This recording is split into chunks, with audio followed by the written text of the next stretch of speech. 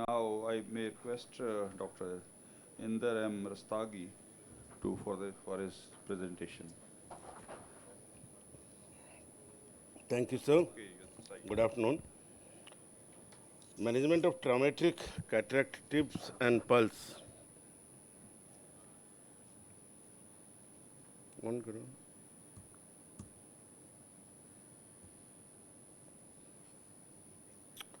So, as per NPCB data, there are around 12 lakhs ocular emergencies with age standardized incidence rate of 87% per 1 lakh population.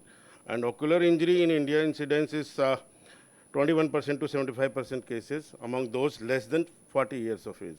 And then trauma is the number one cause. So male are commonly affected, younger age is commonly affected, pediatric age is the most affected, and then traumatic cataract accounts for up to 50% of the incidence. So as a primary procedure, either immediately following globe injury or deferred for months once the inflammation or injury settles down. So these are the few indications, urgent indications, that is if the capsular rupture has happened, or if there is a lens material in the anterior chamber, or it is causing phacomorphic glaucoma, or any other high risk conditions like increased IOP. So benefit of primary extraction in these cases is that lower cost and time of a single surgery or hospital admission, or we are avoiding the injury by the elevated IOP and SANICA, decreasing visual rehabilitation time or avoiding risk of amblyopia in children. For secondary extraction, they advise that potential for more accurate intraocular lens calculation and improved visualization during surgery as the inflammation or the injury, all the factors have subside, and operating in a quiet eye.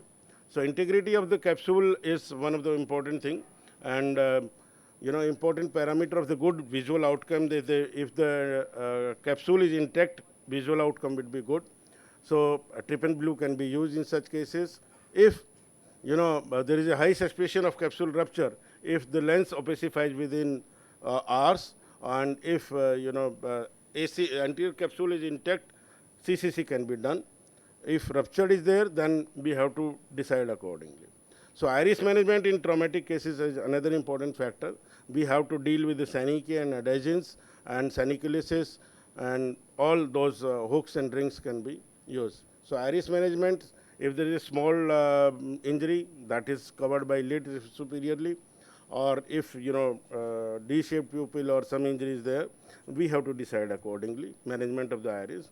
So traumatic cataracts surgical treatment depends on the either is a standard one, or if there is a total dislocation, we can do ICC along with SFIUL, or pars plana lensectomy and vitrectomy in the children.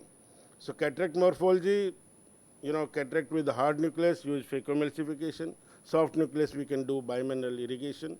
Roll and hooks and rings, they play a great role. Depending on the injury, we can use it. CTR, as Dr. Amit has already explained, that can be used here also. And if the lens is dislocated, again, those strategies can be applied over here, depending on the subluxation. So points to ponder is that while doing phaco, we have to keep the parameter of the phaco low, bottle height low, power low, and most of the time we can use intracameral antibiotic. Hemostasis is to be achieved, and of course dispersive viscoelastics are to be used. Complications that is there is if the vitreous prolapse is there.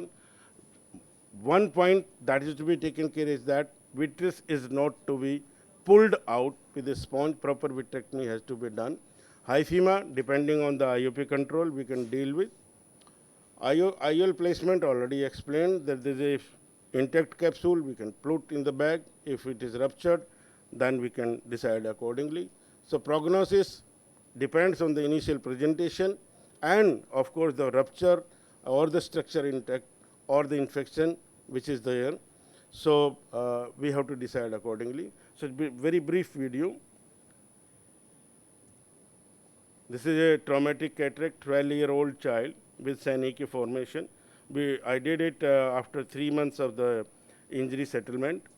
quiet eye, under cover of steroid, suniculosis done, soft cataract, very soft cataract. CCC a little bit difficult because of the elastic capsule. Made an opening, left a flap of the capsule on one side, and did the bimanual irrigation and aspiration.